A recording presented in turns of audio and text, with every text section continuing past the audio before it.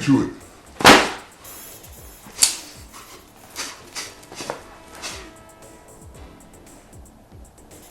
This is Master Shaka with Master Shaka's movie reviews, and the series for this week, Dune Prophecy, episode 3 and 4. This is an HBO 2024 sci-fi fantasy drama. It contains intense language and some violence. Episode 3, Sisterhood Above All. This episode comes at you with the force of a runaway train. The pressure builds in the kettle, and Dune Prophecy works towards a massive explosion. This series is a prime example of how families can hold hate and revenge in their hearts for hundreds of years.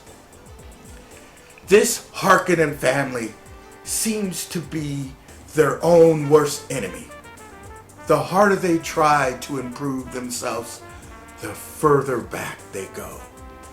Instead of working together, they point fingers at each other and play the blame game.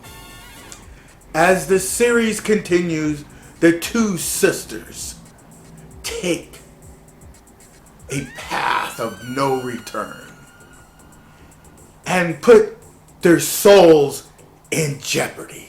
So far in the series, I like the younger versions of the Harkonnen sisters better than the older version.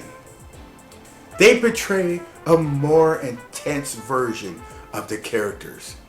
They demonstrate the missing physical prowess that I was talking about in episode 1 and 2. Episode 3 was compelling and intense. I look forward to episode 4. I seem to be inspired to continue watching the series.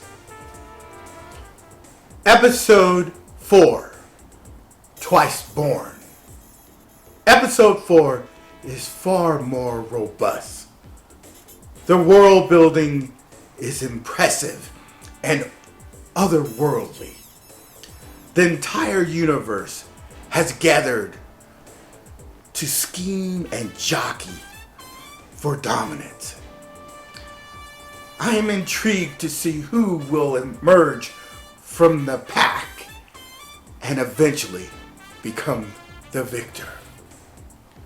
You can feel and sense it in the air. The sins of the Harkonnen sisters are beginning to claw their way out of the dark and emerge into the light. The acolytes are plagued with intense nightmares. The truth is fighting for its freedom. I take it back. The Mother Superior is beginning to demonstrate that missing physical prowess I was complaining about in the earlier episodes. The Mother Superior's nephew is so eager for power that he doesn't even care that his aunt is using him for her own agenda.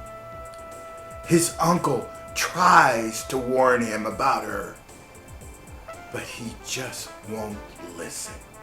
The Master Swordsman has gotten himself tangled into webs and is unable to free himself. He is allowing his emotion to guide his path, which is something a sword master should be beyond. The princess seems to be entangled right along with the sword master. A new player is emerging into the game. The queen. She is demonstrating high levels of tactical skill. She understands the life and death struggle between the houses. And she understands the benefits and the use of Travis' new bizarre power.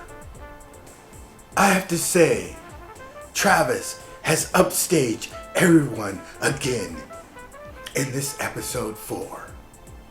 His character, Desmond, commands the stage, and it is impossible to forget his presence.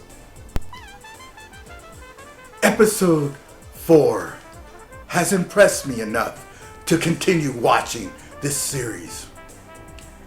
I hear the chiming of the bell, which means it's about that time to run the numbers.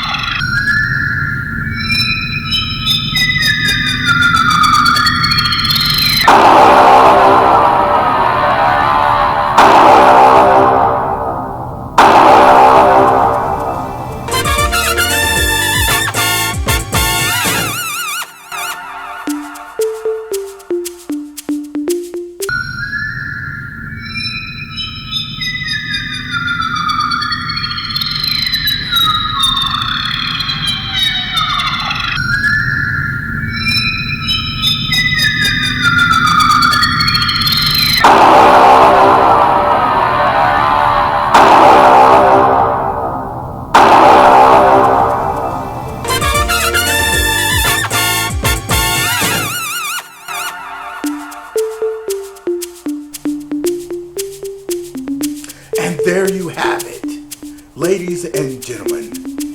A 7 for episode 3 and a 7 for episode 4. Overall, I enjoy the series, but there's just not enough fight scenes for me. Even though it's a drama, there should be a little more action. Well, until next time, this is Master Shaka with Master Shaka's Movie